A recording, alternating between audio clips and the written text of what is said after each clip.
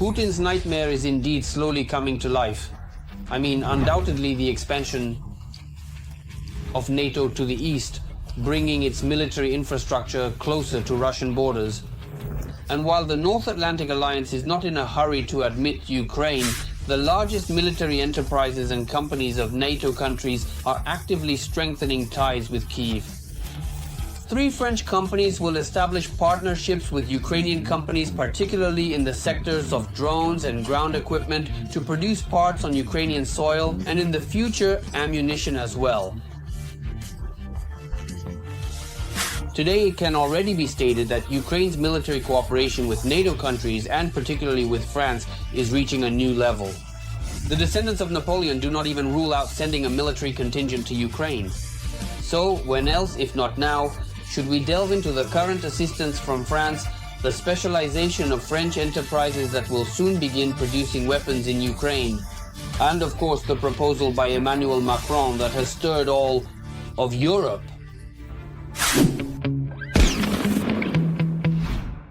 Not just words, but actions. France is establishing cooperation and collaboration with Ukrainian companies with the aim of, in the near future, launching weapons production on our country's territory. In this way, in order to effectively help Ukrainian defenders destroy the invading forces. Specifically, it concerns the production of parts for both drones and ground equipment, and other necessary components. The idea is to launch the first production units this summer. One of the 3 French companies that will soon start production in Ukraine is Nexter, the Paris branch of the international company KNDS. Importantly, this group specializes in the production of 150mm shells, and the already familiar to Ukrainians Caesar self-propelled artillery systems.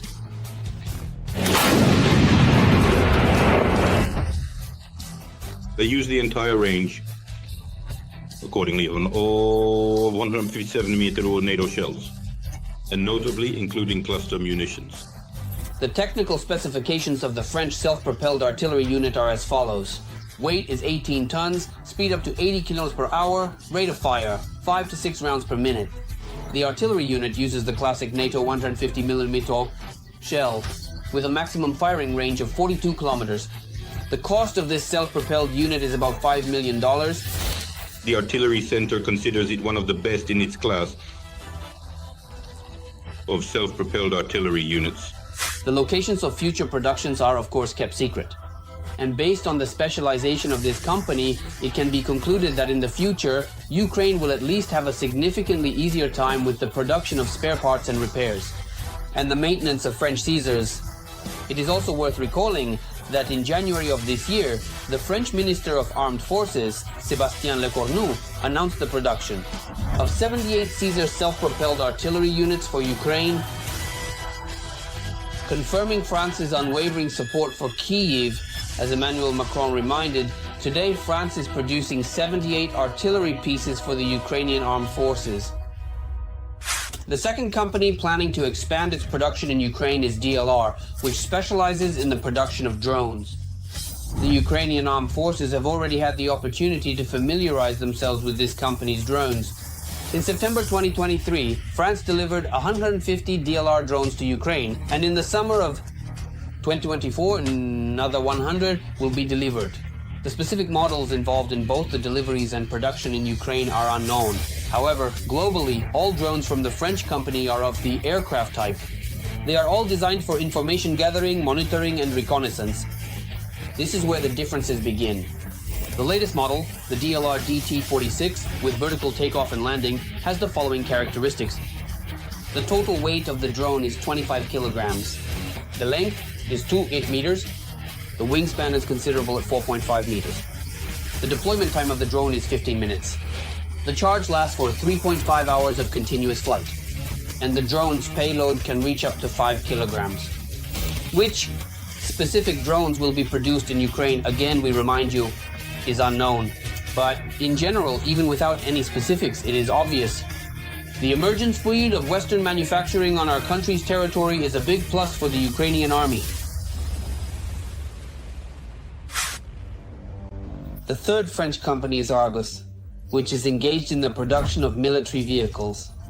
According to media reports, Parisians have already sent personnel to Ukraine to train Ukrainian specialists, as well as to repair and maintain about 250 armored personnel carriers that France previously transferred to the armed forces of Ukraine. The contract was signed with the Ukrainian partner about 10 days ago, so we are entering the operational phase, the company notes. In addition to repair and training, the company also notes that they are already working on a plan to produce the necessary spare parts locally. As a result, Ukraine receives the following on its territory: 3 French military productions specializing in NATO armored personnel carriers, drones, artillery and ammunition.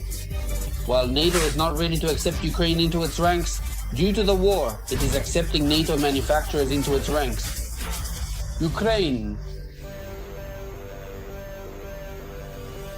In addition to hosting French military productions on our territory, the global transformation of the official position of Paris is also interesting.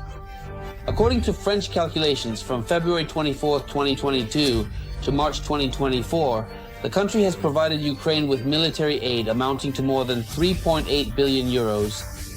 In addition to the already mentioned drones, armored vehicles and Caesars, France, along with Britain and the USA, is providing Ukraine with long-range scalp missiles capable of reaching up to 560 kilometers, and they have repeatedly delivered unpleasant surprises to the occupiers.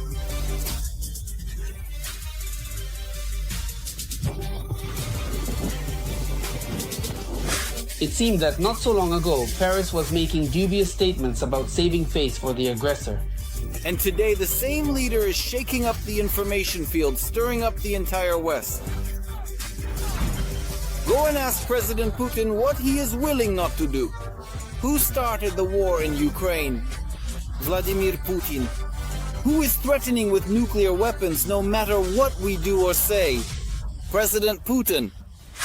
Despite the fact that not everyone in France supports such statements by Emmanuel Macron, we are well aware that war has returned to our land, and we are undoubtedly approaching a point in our Europe where it will be inappropriate to be a coward. the leader of France continues to confidently stick to his stance, as he seems to already realize in the Russian-Ukrainian war. At stake is not only the fate of Ukraine, but also that of the entire free Europe. What is Macron's position based on?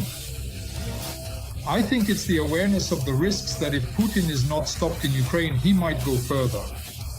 And Putin's aggression could become a direct military threat to the countries of the European Union, to NATO countries. Therefore, Putin must be stopped now, stopped in Ukraine. That's all for now. Don't forget to write in the comments about which types of weapons you would like to learn more about. Also like this video, and of course subscribe to our channel so you don't miss the next episodes of Arsenal.